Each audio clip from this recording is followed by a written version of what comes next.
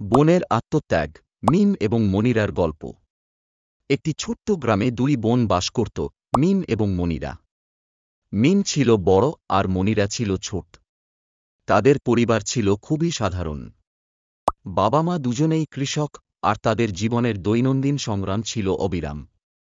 কিন্তু গ্রামটির মাটি যেমন কৃষির জন্য উর্বর, তেমনই ছিল মিম এবং মনিরার সম্পর্ক। তাদের মধ্যে ছিল অগাধ ভালোবাসা, বিশ্বাস এবং একে অপরকে সহায়তা করার দৃঢ়সংকল্প। যদিও তাদের জীবন ছিল চ্যালেঞ্জে ভরা, তবে তারা কখনোই একে অপরকে ছাড়েনি। মিম ছিল অনেক চিন্তাশীল এবং দায়িত্বশীল। ছোট থেকেই সে জানত পরিবারকে সাহায্য করতে হবে। মিমের একটা স্বপ্ন ছিল সে বড় হয়ে শিক্ষিকা হবে, গ্রামের মেয়েদের জন্য কিছু করবে। কিন্তু সে জানত তাদের আর্থিক অবস্থা এত ভালো নয় যে সে নিজে পড়াশোনা চালিয়ে যেতে পারবে। এমনকি তার ছোট বোন মনিরার স্বপ্ন ছিল আরও বড়। মনিরা ছিল খুবই মেধাবী, তার চোখে ছিল স্বপ্ন একদিন সে বড় হয়ে ডাক্তার হবে, গ্রামের মানুষদের সাহায্য করবে। প্রতিদিন তার পাগলামির মতো বই পড়া, স্বপ্ন দেখা আর কথা বলা। মিম তার বোনের চোখে অদম্য চাহিদা দেখত এবং তার ভিতর থেকে কিছু শক্তি অনুভব করত।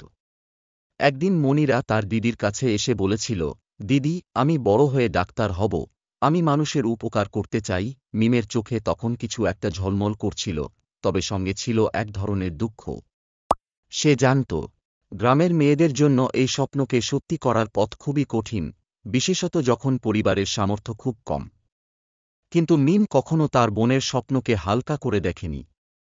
তার ভিতরে এমন একটি গভীর বিশ্বাস ছিল যে যদি মনিরা এই স্বপ্নে সফল হয়, তবে তার সব ত্যাগ মূল্যবান হয়ে উঠবে। সে নিজে পড়াশোনা করতে চাইছিল, তবে তার কাছে তার বোনের স্বপ্ন ছিল সবচেয়ে বড়। সে প্রতিদিনই মনিরার জন্য বই কেনার টাকা জোগাড় করতে সাহায্য করত, কখনো নিজের স্বপ্নের পেছনে না তাকিয়ে, শুধুমাত্র মনিরার জন্য।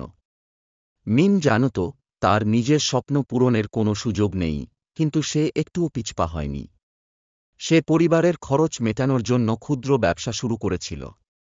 বাড়িতে বসে কাপড় সেলাই, বাচ্চাদের পড়ানো, এসব করেই সে তার বোনের পড়াশোনার খরচ চালাত।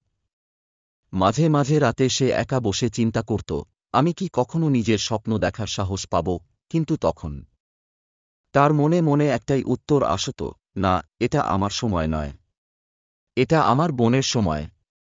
মনিরা কখনো বুঝতে পারেনি তার দিদি তার জন্য কী পরিমাণ ত্যাগ স্বীকার করছে। সে ছিল তার স্বপ্নের মধ্যে ডুবে থাকা। একদিন সে মিমকে বলেছিল, দিদি, আমি জানি তুমি আমার জন্য অনেক কিছু করেছ, কিন্তু তুমি কখনো তোমার স্বপ্নের কথা বলনি কেন? মিম হেসে উত্তর দিয়েছিল, তুমি যদি তোমার স্বপ্নে সফল হও, তাহলে আমি আমার স্বপ্নের সব কিছু অর্জন করতে পারব। তোমার সাফল্যেই আমার পরিপূর্ণতা। বছর কেটে গেল, মনিরা মেডিকেল কলেজে ভর্তি হয়ে ডাক্তারির পড়াশোনা শুরু করল। আর মিম তার কাজ চালিয়ে গেল, কোনোদিনও তার বোনের স্বপ্নের পথে কোনো বাধা আসতে দিল না। একদিন মনিরা ডাক্তার হয়ে গ্রামে ফিরে এসে গরিব মানুষদের চিকিৎসা দিতে শুরু করল। গ্রামে মানুষের মধ্যে নতুন আশা জেগে উঠল। সবাই জানল মনিরা শুধু নিজের জন্য নয়, তার দিদির ত্যাগের জন্য সফল হয়েছে। মনিরা যখন প্রথমবার গ্রামের ক্লিনিকে রোগীদের চিকিৎসা দিচ্ছিল, সে মিমের কাছে এসে বলল, দিদি, তুমি যে আমাকে এত কিছু দিয়েছ, তা কখনোই ভুলব না। তুমি ছাড়া আমি কখনোই এখানে পৌঁছাতে পারতাম না। আমি তোমার ত্যাগের মূল্য রাখব। মিম শুধু হেসে বলেছিল, তুমি যখন মানুষের পাশে দাঁড়াবে, আমি জানব আমার ত্যাগ সার্থক হয়েছে।